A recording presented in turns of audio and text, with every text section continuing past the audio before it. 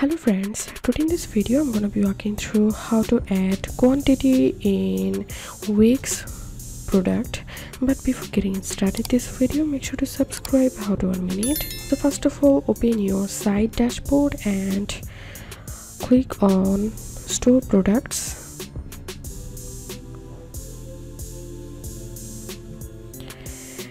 And now click the product you want to add quantity and scroll down, and here you'll find these product options. Click on add options and option name, give your quantity,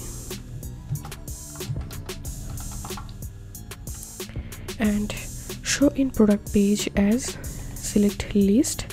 Choices for this option, and now enter the quantity and click on add. So here you can see the quantity has been added. Enable manage pricing and inventory for variants.